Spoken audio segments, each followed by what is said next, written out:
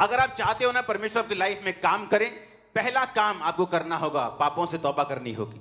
आप एक ऐसा जीवन नहीं बिता सकते जो परमेश्वर को खुश ना करे और आप ये एक्सपेक्ट करें कि आपकी लाइफ में सब कुछ स्मूथ चलेगा और सब कुछ सही चलेगा। ये पॉसिबल नहीं है। आप परमेश्वर की उपस्थिति में खुदावंत को कितना आदर देते हैं, इसी बात से आपकी लाइफ निर्भर करती है कि वो कितना आगे जाएगी और कितना ही आशीषित रहेगी। हालेलुया। और इसलिए वचन में बार बार लिखा, परमेश्वर ने 38 साल के रोगी को जब चंगा किया तो परमेश्वर ने कहा अब फिर से पाप मत करना, ऐसा ना हो इससे भी भारी मुसीबत तेरी जिंदगी में आए। और आपने देखा उसने कभी नहीं पूछा कि प्रभु कौन सा पाप, मैं कौन सा पाप है जो ना करूं। उसने ऐसा कहा, उसने नहीं पूछा कौन सा पाप। उसे मालूम था उसने कौन सा पाप किया है जिसकी वजह से उसने सफर किया है। आप शैतान की वजह से सफर नहीं करते हैं, आप पाप की वजह से सफर करते हैं। जब सिन आपकी लाइफ में होता है आप सफर करते हैं, फिर दुनिया का बेस्ट डॉक्टर भी आपको छुड़ा नहीं सकता, आपका बड़े से बड़ा रिश्तेदार जो अमीर है आपको छुड़ा नहीं सकता, आपकी इंटेलिजेंसी, आपकी पढ़ाई आपको छुड़ा नहीं सकती। इसलिए परमेश्वर ने कहा अगर तुम मन फिराएगा और तौबा करेगा तो तू बचाया जाएगा। आमीन। तो इसलिए मिरेकल्स होते हैं। वचन कहता है जब तुम मिरेकल्स को देखेगा, साइंस एंड वंडर्स को देखेगा, तुझे यकीन होगा कि परमेश्वर जीवित है और तू अगला जीवन फिर परमेश्वर के वचनों के मुताबिक चलाएगा। आमीन। अब पहला दिन आज मैं सिर्फ आपको वचन देने के लिए आया हूं, क्योंकि आज आपको बिना पाप के छुड़ाए, बिना पाप पर वचन दिए आपके लिए हीलिंग के लिए प्रार्थना करना है कि जादू टोना करने के बराबर होगा। क्योंकि आप लोग अगर पाप के विषय में नहीं सीखेंगे कि वही जड़ है, अगर मैं जड़ को नहीं हिलाऊंगा, उसे ट्रीट नहीं करूंगा, तो मेरी जिंदगी में एक के बाद एक मुसीबत मेरी लाइफ में आती ही रहेगी। हालेलुया। तो अगर हम पाप की जड़ के ऊपर अटैक करेंगे तो वचन ये कहता है फिर जब जड़ ठीक होगी तो सब कुछ ठीक हो जाएगा। इसलिए परमेश्वर ने कहा था तू फिर से पाप ना करना, ऐसा ना हो इससे भारी मुसीबत। 38 साल का रोगी एक जगह पड़ा है, सारे लोग उसे छोड़ चुके हैं। एक आदमी के एवरेज 50-60 रिश्तेदार तो होते होंगे ना, पुराने जमाने में और अधिक ज्यादा होते होंगे। और नियुक्त समय पर बाइबल कहती है कि स्वर्गदूत आकर पानी को हिलाते थे। अगर उसके 50 रिश्तेदार भी हों तो 52 हफ्ते होते हैं एक साल में, कि एक हफ्ता नहीं कोई दे सकता एक रिश्तेदार कि चल यार 7 दिन मैं तेरे साथ रहूंगा, जब पानी हिलाया जाएगा, स्वर्गदूत हिलाएगा तो मैं तेरे को पानी में जल्दी उतार दूंगा, चल मैं तेरा साथ देता हूं। ऐसे हम सब रिश्तेदार एक एक हफ्ते की ड्यूटी ले लेते हैं और तुझे पानी में उतार देंगे जब स्वर्गदूत पानी को हिलाएंगे और तू हील हो जाएगा। तो वचन कहता है कि जब प्रभु यीशु मसीह ने कहा क्या तू चंगा होना चाहता है, तो वचन कहता है उसने कहा प्रभु मेरे पास कोई मनुष्य नहीं है जो मेरे साथ रह सके और जब पानी हिलाया जाए तो उसमें मुझे उतार सके। आप मनुष्यों पर आस रखेंगे, आप सिर्फ निराश ही होंगे, क्योंकि वो तब तक ही आपके साथ हैं जब तक पैसा, इन्फ्लुएंस और बरकत आपके साथ है। अगर ये चीजें जब जाएंगी वो भी आपकी लाइफ से तभी निकल जाएंगी। तो परमेश्वर कई बार सिखाता है कि हमें अपनी आस जो है वो मनुष्यों के ऊपर नहीं रखनी, क्योंकि वो आपको सिर्फ निराश ही कर सकते हैं। हालेलुया। और अगर हमें अपनी लाइफ में सचमुच परमेश्वर के स्पर्श को लेना है, हमें परमेश्वर के साथ मेल मिलाप करना पड़ेगा और पापों से तौबा करनी पड़ेगी। आज बहुत से लोग हैं जो वचन को नहीं मानते, किसी चर्च के साथ, किसी संडे कोई मिनिस्ट्री में नहीं जाते, किसी जीवित चर्च में नहीं जाते। क्या ये पाप नहीं है? आप कितनी देर तक फिजिकली चर्च से अलग रहकर पाप से बचे रहोगे? मैं नहीं समझता आप बहुत देर तक बचे रहोगे। कितनी देर तक आप प्रार्थना नहीं करोगे और पाप से बचे रहोगे? आज आपका दुश्मन शैतान नहीं है बल्कि पाप है। उसे पता है अगर उसे बीमारी का डोज देना है आपको तो वो नहीं दे सकता। बाइबल कहती है जब अय्यूब के पास वो आता था तो अय्यूब के आसपास उसने कहा परमेश्वर तूने बाड़ा बांधा हुआ है, मैं उसको चाहकर भी छू नहीं सकता, अब तू बाड़ा हटा और फिर मैं उसको छूंगा। जो लोग परमेश्वर में हैं, तौबा में चलते हैं, शैतान ये बात जानता है कि वो उनको छू नहीं सकता, इसलिए वो कोशिश करता है दिन रात आपको क्वेश्चंस देने की, सवाल देने की। अगर परमेश्वर जीवित है तो ऐसा क्यों है, अगर वो ऐसा है तो वैसा क्यों है। इसलिए बाइबल कहती है प्रभु यीशु मसीह जब पागल के अंदर से दुष्ट आत्मा को जाने की आज्ञा दे रहे थे तो प्रभु ने पूछा कौन हो तुम? उसने कहा हम सेना हैं। सेना मतलब कि हम 5,000 से 12,000 के बीच सेना होती थी। तो उसने कहा हम सेना हैं। बाइबल कहती है कि उनको अथाह गड्ढे में जाने की आज्ञा दे रहा था, दुष्ट आत्मा को निकाल रहा था। पर वो दुष्ट आत्मा परमेश्वर से कहती हैं हमें अथाह गड्ढे में मत भेज, वो सामने सूरों का झुंड चल रहा है, हमें वहां भेज दे। क्या परमेश्वर के पास पावर नहीं थी कि वो शैतान के साथ क्यों बैठकर टेबल टॉक करेंगे, क्यों वो ऐसा करेंगे? पर वचन कहता है कि सुअर चराना बाइबल के मुताबिक पाप था, और शैतान ये दिखाने की कोशिश कर रहा था कि यहां पर वचन ब्रेक हो रहा है और मेरे पास अथॉरिटी है वहां जाने की, तू मुझे वहां भेज। तो परमेश्वर ने भी शैतान को मना नहीं किया, और वचन कहता है परमेश्वर ने कहा जा, और बाइबल कहती है वो शैतान की आत्माएं जो सूरों का झुंड था हजारों का, उनमें बैठ गई, अंदर समा गई, और वो पूरा उसका झुंड का झुंड नदी में जाकर पानी में डूब मरा। और सारे चरवाहों ने नगर में जाकर सुसमाचार सुनाया और परमेश्वर के बारे में बताया। शैतान के पास लीगल राइट है आपकी लाइफ में काम करने का, अगर आप परमेश्वर के वचन के खिलाफ है तो। फिर आप प्रेयर नहीं कर सकते हैं, आप तौबा कर सकते हैं, आप नहीं परमेश्वर से विश कर सकते। अगर आपने जानबूझकर अपनी लाइफ को पाप में रखा हुआ है, आपकी प्रार्थना कबूल नहीं होती। मैं आपको यह बताना चाहता हूं, किसी प्रकार के गलत फहमी में नहीं रहना है। अगर आप सिन में हैं, आपकी प्रेयर्स कबूल नहीं होती, यह वचन कहता है। परमेश्वर जानता है आपको किन वस्तुओं की जरूरत है, लेकिन वो देता तब है जब आप मांगते हैं। लेकिन परमेश्वर कहता जो कुछ तुम मेरे नाम से मेरी महिमा के लिए मेरे पिता से मांगेगा, मेरा पिता तुझे वो सब चीजें देगा। आमीन। और अब हमें यह ध्यान देना है, हमारी संगति ऐसे लोगों के साथ हो जो हमें पाप के लिए डिस्करेज करें, पवित्रताई के लिए इनकरेज करें। हमारी चर्च ऐसी हो जो हमें पाप से निकालने के लिए हमारे ऊपर मेहनत करे और हमें ऐसा वचन दे।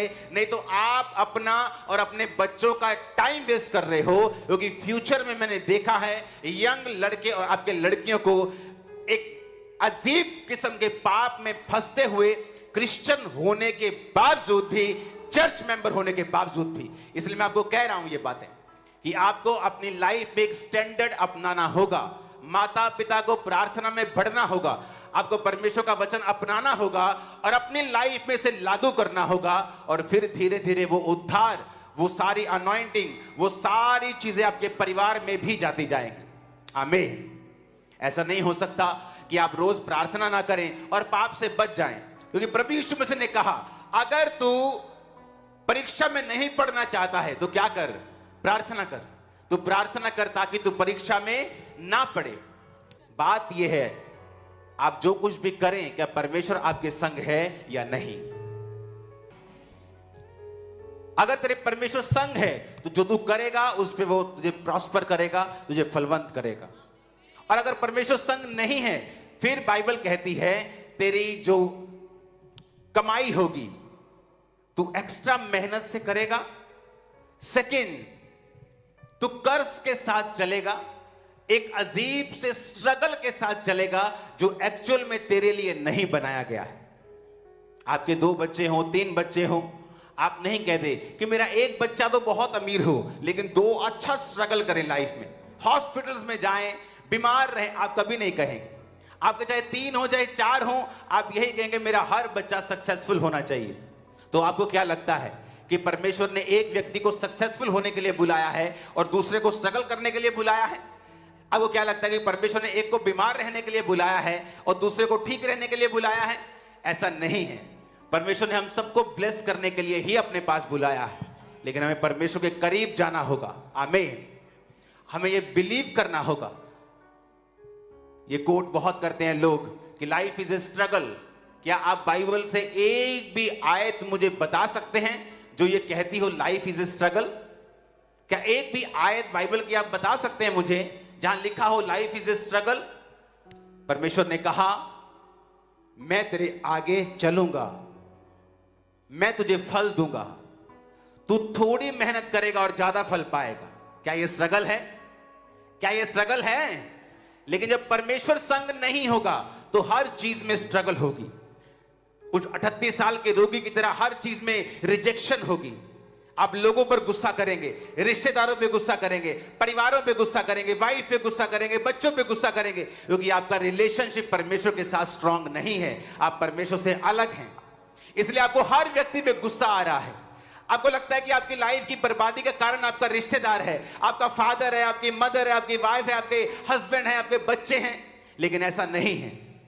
अगर आप परमेश्वर के साथ जुड़ जाएंगे, मैं आपको एक भविष्यवाणी करके जा रहा हूं, अगले साल जब क्रूसेड होगा या जब भी होगा, आपकी लाइफ टोटल चेंज होगी, टोटल ब्लेस्ड होगी।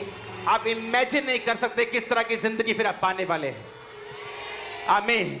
आप इमेजिन नहीं कर सकते। जस्ट आपको बिलीव करना है परमेश्वर के ऊपर, वचन के साथ जीवन बिताना है, बाइबल पढ़नी है, पाप से दूर रहना है, जीवित चर्च का हिस्सा बनना है।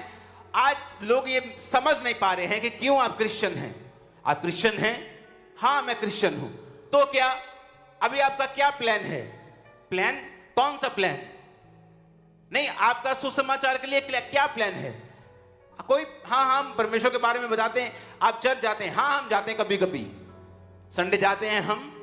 क्या आप सुसमाचार देते हैं? नहीं, क्योंकि आपको ऐसा लगता है विश्वासियों को कि आपका काम सिर्फ जाना है और अच्छा सा सरमन सुनना है, आमीन बोलना है, आमीन आमीन हालेलुया करके और मैं वापिस आना है। इसीलिए आज की कलीसिया जो है इतनी आशीषित नहीं है। ना वो आग से भरी हुई है, ना वो सामर्थ्य से भरी हुई है, ना उसके ऊपर वो आशीषें हैं जो होनी चाहिए। क्यों? क्योंकि वो कलीसिया किसी भी सुसमाचार के इवेंजलिज्म का हिस्सा नहीं है, किसी प्रचार का हिस्सा नहीं है। पौलुस कहता है ऐसी कलीसियाओं से जिसने मिशनरी कामों में उसकी सहायता की, किसी ने प्रार्थना की, किसी ने फाइनेंशियल सपोर्ट के साथ, प्रेयर के साथ, किसी ने किसी तरीके के साथ। तो बाइबल कहती है पौलुस ने उन लोगों को कहा अब तुम्हारी हर घटी को परमेश्वर इज्जत के साथ पूरा करेगा, तुम्हें तुम्हारी बेइज्जती नहीं होने देगा, तुम्हारी हर घटी कंप्लीट करेगा, प्रभु तुम्हारे संग होगा। लेकिन इस सब कलीसिया को नहीं कहा। वो कलीसियाएं जो परमेश्वर के कामों में जुड़ी हुई थी, जो परमेश्वर के कामों में सहयोग दे रही थी, जो परमेश्वर के कामों में खुदाबंद के दास के साथ मिलके, प्रार्थनाओं के साथ, उपवास के साथ, बोने के साथ, हर एक सपोर्ट के साथ वो चल रही थी। उसने कहा था कि परमेश्वर तुम्हारी हर घटी को महिमा सहित पूरा करेगा। हालेलुया। आज हम अपने अंदर हम देखें कि कैसी सेवकाइयों के साथ हम जुड़े हुए हैं। क्या वो जीवित हैं? क्या मेरा ध्यान सुसमाचार की ओर है? क्या मैं इवेंजलिज्म करता हूं? क्या परमेश्वर की सेवकाई के साथ जुड़ा हूं? अगर आप जुड़े हुए हैं तो परमेश्वर की निगाह में आपकी वैल्यू होगी। आप अपने बच्चों के लिए प्रार्थना करेंगे, क्योंकि आप दूसरों के बच्चों को बचा रहे हैं, तो परमेश्वर आपके अपने बच्चों को सेव करेगा। आने वाले दिनों में, आने वाले सालों में आपका अपने बच्चे बैप्टाइज होंगे, चर्च में होंगे, सेवा कर रहे होंगे। ऐसे मेरे साथ हुआ। परमेश्वर ने मुझसे कहा, जब मैं अपने बीमारी के बावजूद भी, अपनी हीलिंग ना होने के बावजूद भी प्रभु से बहुत सारे क्वेश्चन करता था कि परमेश्वर मैं क्रिश्चियन तो बन गया हूं, लेकिन मैं हील क्यों नहीं हो रहा हूं? तो परमेश्वर ने मुझसे कहा, जा और लोगों को हील कर, जा और लोगों को ब्लेस कर, क्योंकि जिस नल में से पानी निकलेगा वो नल खुद सूखा नहीं रहेगा। लोग बोलते हैं खामरा चर्च में हीलिंग मिनिस्ट्री है। आपको पता है खामरा चर्च की वो हीलिंग मिनिस्ट्री जो आज हीलिंग मिनिस्ट्री के नाम से मशहूर है, जब मैंने सेवा हीलिंग की शुरू की थी सुसमाचार की, तो मैं खुद हील नहीं था, खुद चंगा नहीं था, खुद बीमार था। और उसी बीमारी में मैंने सेवकाई को शुरू किया, और परमेश्वर ने कहा था जिस नल में से पानी निकलेगा वो खुद भी सूखा नहीं रहेगा। लोगों को हील करता करता कब मैं हील हो गया, आज आपके सामने है। और ऐसी हीलिंग डॉक्टर बोल चुके थे नहीं हो सकती। जलंधर के बहुत बड़े डॉक्टर हैं, वो जलंधर के आई थिंक अगर जलंधर के पहले 2-3 एमबीबीएस या एमडी डॉक्टर कोई होगा जलंधर शहर का, जहां जो एशिया में जिसके सबसे अधिक हॉस्पिटल जलंधर में है। तो जब मैं उस डॉक्टर के पास गया था तो उन्हें भी समझ नहीं आई थी, और उन्होंने अपनी अलमारी से, बहुत बुजुर्ग थे वो, मुझे मालूम नहीं दुनिया में है कि नहीं, एक बड़ी सी मोटी सी किताब निकाल ली थी, और मोटी सी किताब निकाल कर उन्होंने पूरा मेरा केस सर्च किया था, और मुझे कहा था कि वो मुझे डराना नहीं चाहते थे। उन्होंने कहा था मैं तुझे कुछ मेडिसिन दूंगा, लेकिन डोंट वरी, तुम अपना ध्यान स्पोर्ट्स की ओर लगाओ, इसकी ओर लगाओ। उनके पास कोई भी इलाज नहीं था। लेकिन जब मैं चर्च में गया, और इसलिए नहीं कि मुझे बीमारी से शिफा चाहिए, मैं डिप्रेस था और डिप्रेशन का रोगी हो चुका था, और जब मैं चर्च में गया और मुझे नशों से परमेश्वर ने आजाद किया और डिप्रेशन से आजाद किया, और मैं बाइबल पढ़ रहा था, बाइबल में मेरी हीलिंग के बारे में एग्जैक्ट जिक्र था जो मेरे को बीमारी थी, और मैं वहां रोने लग गया था कि मैंने कहा क्या परमेश्वर ये कर सकता है। मैंने अपने पास्टर से पूछा, मैं 3 महीने का वेश्या, मैंने कहा क्या प्रभु ये कर सकता है मेरी लाइफ में, क्या ये कर सकता है, क्या सचमुच प्रभु ये कर सकता है मेरी लाइफ में। उन्होंने कहा हाँ प्रभु सब कुछ कर सकता है। तो मैं हर टाइम, अगर मैं पुरानी बाइबल जो मैंने मेरी वाइफ को गिफ्ट दी है, अगर मैं आपको निकाल के दिखाऊं तो वो उस जगह से येलो है, क्योंकि मेरे सिर पे अनॉइंटिंग ऑयल लगा रहता था और मैं ऑयल बाइबल पे ऐसे हाथ सिर रख के रोता रहता था घंटों, ये क्या प्रभु ये हो सकता है। जिस चीज को दुनिया, इस जलंधर का सबसे बड़ा डॉक्टर बड़ी पोथी लेके बैठ गया था और रिस्पॉन्स नहीं मेरे को दिया था, क्या ये हो सकता है। आज वो हुआ, जब मैंने पूछा था उसके 10 साल बाद हुआ, लेकिन हुआ जरूर। ये क्रिश्चियन जर्नी आपको अपनानी होगी, आपको परमेश्वर के संग चलना होगा, आपको एक नियम बनाना होगा, एक फैसला करना होगा कि आज से मेरी जिंदगी जो है वो खुदाबंद के साथ होगी। तो शैतान तो डंडा लेके खड़ा ही है, वो मैं जानता हूं उसको, वो आपकी लाइफ में काम नहीं कर सकता, लेकिन जब वो एक व्यक्ति को परमेश्वर से दूर देखता है वो काम करता है। परमेश्वर ने मना नहीं किया जा और सूरों के झुंड में चला जा, परमेश्वर ने मना क्यों नहीं किया, क्योंकि वचन कहता है जहां बाड़ा टूटेगा सांप उसको डसेगा।